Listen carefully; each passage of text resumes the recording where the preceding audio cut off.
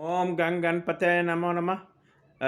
श्रीमद् वाल्मीकि रामायण अयोध्या कांड तीसरा सर्ग। राजा दशरथ को वशिष्ठ और वामदेव जी को श्री राम के राज्याभिषेक की तैयारी करने के लिए कहना, उनके सेवकों को तदनुरूप आदेश देना, राजा की आज्ञा से सुमंत्र को श्री राम को राज्यसभा में बुला लाना और राजा को अपने पुत्र श्री राम को हितकर राजनीति की बातें बताना। सभासदों ने कमल पुष्प की सी आकृति वाले अपनी अंजलियों को सिर से लगाकर सब प्रकार से महाराज प्रस्ताव का समर्थन किया। उसकी वह पतंजलि स्वीकार करके राजा दशरथ उन सबसे प्रिय और हितकारी वचन बोले। अहो, आप लोगों ने जो मेरे परम प्रिय जेठ पुत्र श्री राम को युवराज के पद पर प्रतिष्ठित देखना चाहते हैं, इस पर मुझे बड़ी प्रसन्नता हुई तथा मेरा प्रभाव अनुपम हो गया है। इस प्रकार की बातों से पूर्ववासी तथा अन्याय सभासदों का सत्कार करते हुए राजा ने उनके सुनते हुए वामदेव और वशिष्ठ आदि ब्राह्मणों से इस प्रकार कहा।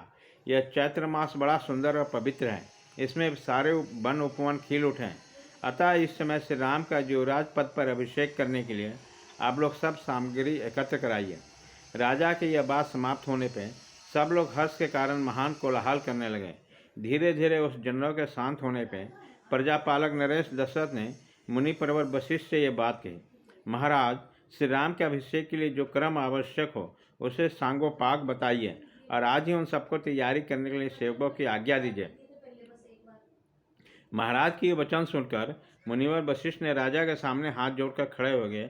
आज्ञा पालक के लिए तैयार रहने वाले सेवकों से कहा, तुम लोग सुवर्ण आदि रत्न, देवपूजन की सामग्री, सब प्रकार की औषधियाँ, श्वेत पुष्प की मालाएं, खील, अलग अलग पात्रों में शहद और घी, नए वस्त्र और रथ, सब प्रकार के अस्त्र शस्त्र, चतुरंगी सेना, उत्तम लक्षणों से युक्त हाथी, चमड़ी गाय के पूंछ के बालों से बने हुए व्यंजन, ध्वज, श्वेत छत्र, अग्नि के समान दीप्तिमय सोने के 100 कलश, स्वर्ण से मरे हुए सिंहों वाला एक सौड़, समूचा ब्याग चर्म तथा जो कुछ भी वांछनीय वस्तु है उन सबको एकत्र करो और प्रातःकाल महाराज की अग्निशाला में पहुंचा दो।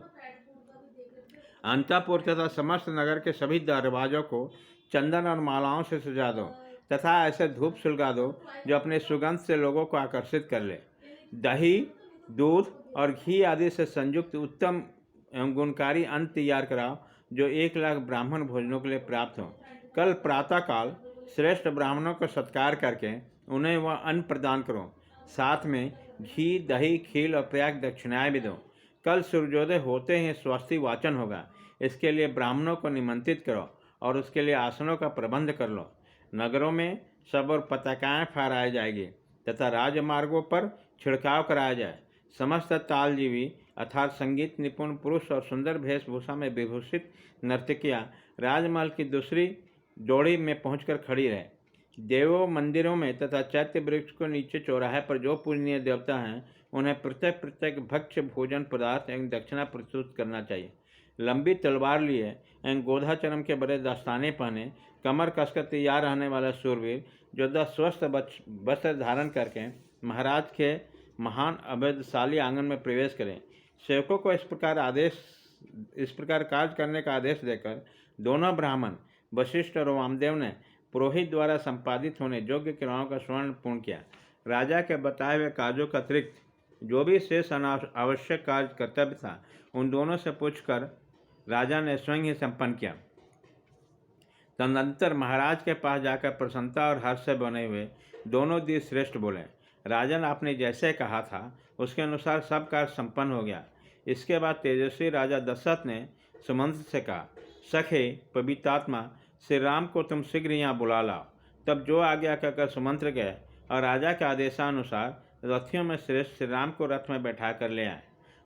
उस राजभवन में बैठे हुए पूरब, उत्तर, पश्चिम और दक्षिण के भूपाल, म्लेच्छ, आर्य तथा वनों और पर्वतों में रहने वाले अन्याय पुरुष सबके सब उसमें राजा दशरथ को उसी प्रकार उपासना कर रहे थे जैसे देवराज इंद्र। इसके बीच अट्ठालिकाओं के भीतर बैठी राजा के दशरथ के मरुदगणों के महान मध्य देवराज इंद्र की भांति शोभा पा रहे थे।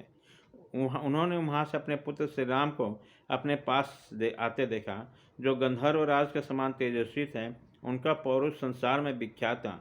उनकी भुजाएं बड़ी और बल महान था। वह मतवाले गजराज के समान बड़ी मस्ती के साथ चल रहे थे। उनका मुख चंद्रमा से भी अधिक कांतिमान था। श्री राम का दर्शन सबको अत्यंत प्रिय लगता है। वो अपने रूप और उदारता आदि गुणों से लोगों की दृष्टि और मन आकर्षित कर लेते थे। जैसे धूप में तपे हुए प्राणियों का मेघ आनंद प्रदान करता है, उसी प्रकार वह समस्त प्रजा को परम आह्लाद देते रहते थे। आते हुए श्री रामचंद्र की ओर एकटक देखते हुए राजा दशरथ की तृप्ति नहीं होती। सुमंत्र ने उस श्रेष्ठ रथ से श्री रामचंद्र जी को उतारा। जब वह पिता के समीप जाने लगे तो सुमंत्र भी उसके पीछे पीछे हाथ जोड़े हुए गए। वो राजमहल कैलाश शिखर के समान उज्ज्वल और ऊंचा था। रघुकुल को आनंदित करने वाले श्री राम महाराज के दर्शन करने के लिए सुमंत्र के साथ सहसा उस पर चढ़ गए। श्री राम दोनों हाथ जोड़कर विनीत भाव से पिता के पास गए और अपना नाम सुनाते हुए उन्होंने उसके दोनों चरणों में प्रणाम किया। श्री राम के पास आकर हाथ जोड़कर प्रणाम करते हुए राजा ने उनके दोनों हाथ पकड़ लिए और अपने प्रिय पुत्र को अपने पास खींचकर छाती से लगा लिया। उसी समय राजा ने श्री रामचंद्र जी को मणिजटित स्वर्ण से भूषित एक परम सुंदर सिंहासन पर बैठने की आज्ञा दी, जो पहले से उन्हीं के लिए उपस्थित किया था। जैसे निर्मल सूर्य उदय काल में मेरु पर्वत को अपनी किरणों से उद्भासित कर देते हैं, उसी प्रकार से रघुनाथ ही उस श्रेष्ठ आसन को ग्रहण करके अपनी ही प्रभा से उसे प्रकाशित करने लगे। उनसे प्रकाशित हुई सभा भी बड़ी शोभा पा रही थी। ठीक उसी तरह जैसे निर्मल ग्रह और नक्षत्रों से भरा हुआ शरद काल का आकाश चंद्रमा से उद्भासित हो उठता है। जैसे सुंदर भेद से अलंकृत हुए अपनी ही प्रतिबिंब को दर्पण में देखकर मनुष्य को बड़ा संतोष प्राप्त होता है, उसी प्रकार अपने शोभाशाली प्रिय पुत्र उन श्री राम को देखकर राजा बड़े प्रसन्न हुए। जैसे कश्यप देवराज इंद्र को पुकारते हैं, उसी प्रकार पुत्रवानों में श्रेष्ठ दशरथ सिंहासन पर बैठे हुए अपने पुत्र श्री राम को संबोधित करके उनसे इस प्रकार बोले, बेटा, तुम्हारा जन्म मेरी बड़ी महारानी कौशल्या के गर्भ से हुआ है। तुम अपने माता के अनुरूप ही उत्पन्न हुए हो। श्री राम, तुम गुणों में मुझसे भी बढ़कर हो, अतः मेरे परम प्रिय पुत्र हो। तुमने अपने गुणों से इन समस्त प्रजाओं का प्रसन्न कर लिया है। इसलिए कल पुण्य नक्षत्र के जोग में युवराज का पद ग्रहण करो। बेटा, यद्यपि तुम स्वभाव से गुणवान हो और तुम्हारा विषय में यही सबका निर्णय है, तथापि मैं स्नेहवश सद्गुण संपन्न होने पर तुम्हें कुछ हित की बातें बताता हूँ। तुम और भी अधिक विनय का आश्रय लेकर सदा जितेंद्रिय बने रहो। काम और क्रोध से उत्पन्न होने वाले दुर्वशों का सर्वथा त्याग कर दो। परोक्ष वृत्ति से अर्थात गुप्तरूप और यथार्थ बातों का पता लगाकर तथा प्रत्यक्ष वृत्ति अर्थात दरबार के सामने आकर कहने वाली जनता का मुख से उनके वृत्तांत का प्रत्यक्ष देख सुनकर ठीक ठाक न्याय विचार में तत्पर हो। मंत्री, सेनापति और समस्त अधिकारियों तथा प्रजाजनों को सदा प्रसन्न रखना।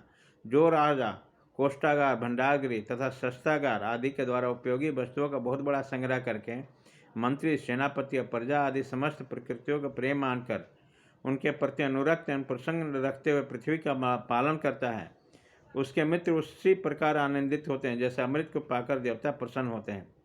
इसलिए बेटा, तुम अपने चित्त को बस में रखकर इसी प्रकार उत्तम आचरण को पालन करते रहो। राजा की यह बात सुनकर श्री रामचंद्र जी को प्रिय लगने वाले सूर्यदेव ने तुरंत माता कौशल्या के पास जाकर उनको यह शुभ समाचार निवेदन किया।